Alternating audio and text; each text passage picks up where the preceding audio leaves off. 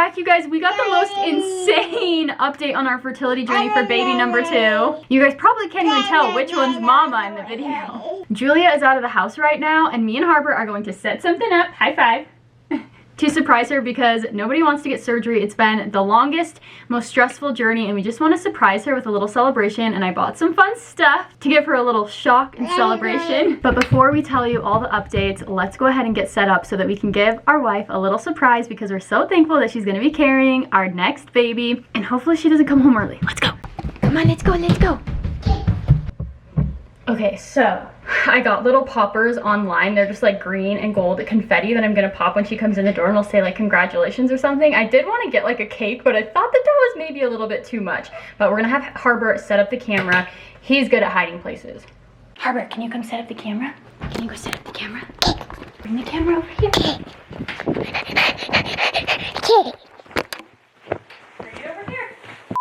Say, are we ready? I think we're ready. Harper, I think mommy's home. Do you hear mommy? I think mommy's home. Mommy's home. Say, congratulations. You want to do it with us? Yeah. You are being so silly. Come on. We officially get to have a baby brother, a baby sissy. Yay. Is that cool? Cool.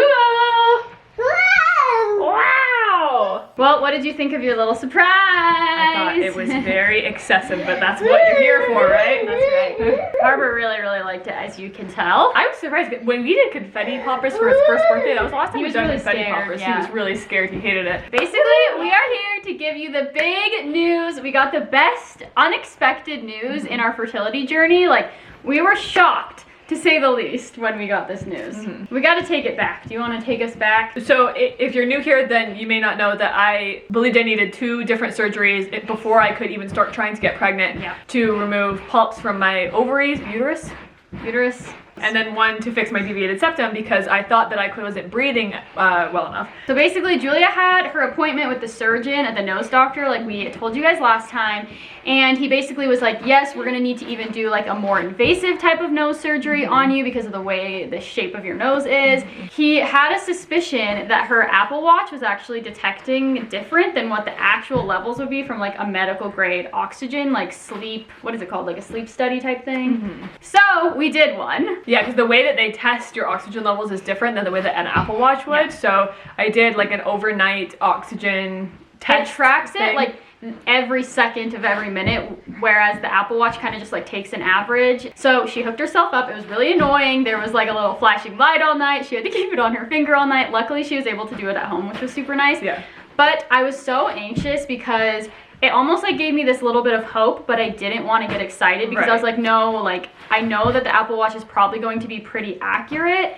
So I was trying not to get excited. Well, and the reason we thought the Apple Watch was accurate was because we had thought about this before. Because we read online that it cannot be. So she wore it. And mine was always normal. And hers was way different than from what mine was. But let me preface this by saying, I have a lot bigger wrists than you do. I have very Julia small has wrists. tiny wrists, like literally so tiny. I can like almost like double wrap my fingers around them basically. And so we were like, oh, that's probably not it. Like that probably doesn't matter. We ended up getting the call from the doctor with our results, and we were shocked. My oxygen is fine. It's not like 100% the best oxygen you've ever seen, but it is safe for pregnancy. Fine for pregnancy. And we double checked it with my OB as well. Yes, we called our OB, and we actually have like the same, like it's the same system for both of our doctors. So our OB was able to pull it up and look at the results and make sure that it was like optimal for pregnancy. And he changed his mind and he said, nope, this is 100% okay. You don't need the surgery before you get pregnant. And the thing that really made me nervous was because I wore my Apple Watch that same night. And it said 83. And it said it got all the way down to 83. And I was like, there's no way. But I think your oxygen was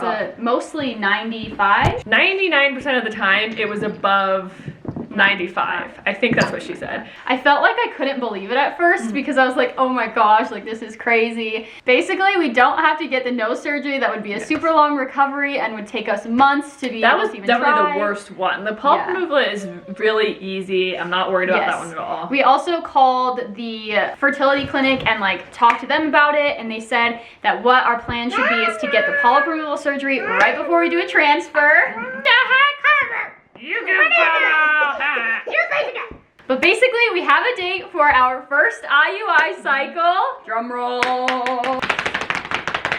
June or July. We can't be doing it during Mercury retrograde. Julia doesn't want to do it very into important. astrology. I wish you guys could see Harper dancing right here, right now. Pete, good job.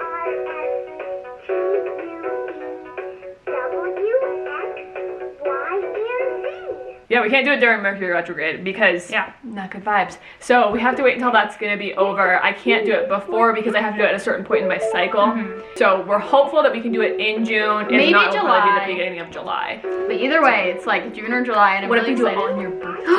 That would be so fun. That'd be the best birthday present ever. My birthday is June 24th, so manifest it for us. Waited a little while to tell you guys because we wanted to soak in all the good news, tell our family, all of that stuff. So that's basically where we're at. We're really excited. We're feeling really good. I feel a lot less anxiety leading up to the moment. It's such a like relief. We were so anxious about the whole situation. It just didn't feel right. Yeah, it You know what I just mean? felt so weird, and just I'm so glad that we decided to do the sleep study because the doctor even said like, oh, we don't have to do it. So anyway, we got to get back to this crazy guy. So those are the updates. Make sure to follow along because we're gonna start preparing very, very soon. We got to start getting prepared for the surgery, and then we got to get prepared for doing our IUI cycle. But make sure to subscribe. Follow us on TikTok. I feel like I'm gonna be posting a lot of stuff on TikTok and obviously Instagram. So make sure to go follow us there and follow along for our journey. And we'll see you guys next time. Bye, guys. Bye.